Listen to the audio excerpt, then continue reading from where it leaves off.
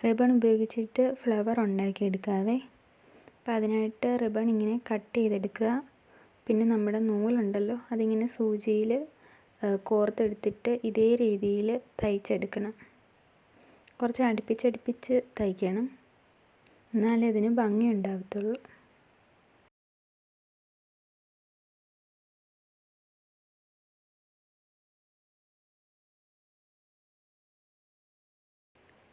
എന്നിട്ട് ഇതൊന്ന് ചുരുക്കി പിടിച്ചിട്ട് രണ്ട് സൈഡും കെട്ടി അങ്ങ് നല്ലപോലെ മുറുക്കി അങ്ങ് കെട്ടിയെടുക്കണം.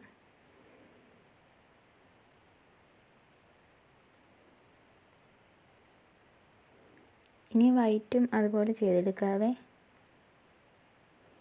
എൻ്റെ കയ്യിലിവിടെ ഈ 2 കളർ റിബണേ ഉള്ളൂ, അതുകൊണ്ട് അത്ര വലിയ ഭംഗിയൊന്നും തോന്നിക്കുന്നില്ല. ഇത് സാധാ റിബണാണ് ഞാൻ എടുത്തേക്കുന്നത്.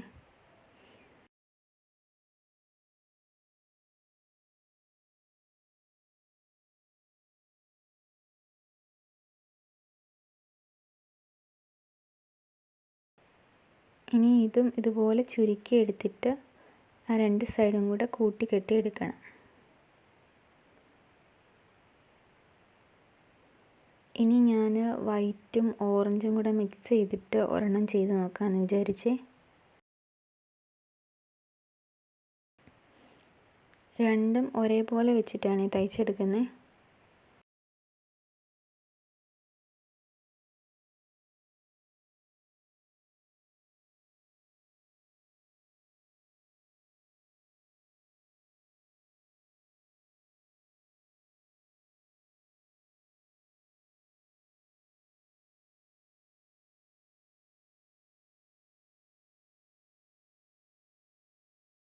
ഇത് രണ്ടും കൂടെ മിക്സ് ചെയ്തെടുത്തപ്പം അത്ര വലിയ ഭംഗിയുള്ളതായിട്ട് തോന്നിയില്ല,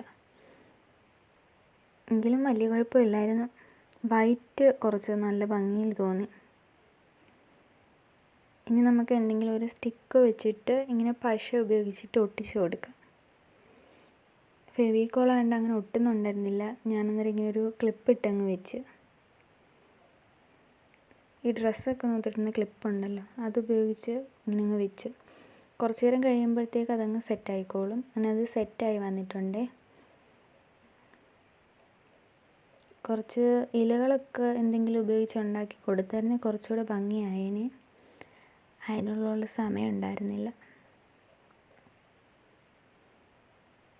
ഇനി അടുത്ത് കുറച്ച് ഫോട്ടോസും കൂടെ കാണിച്ചു തരാവേ. ഇപ്പോൾ വീഡിയോ ഇത്രയേ ഉള്ളൂ. ടാറ്റാ.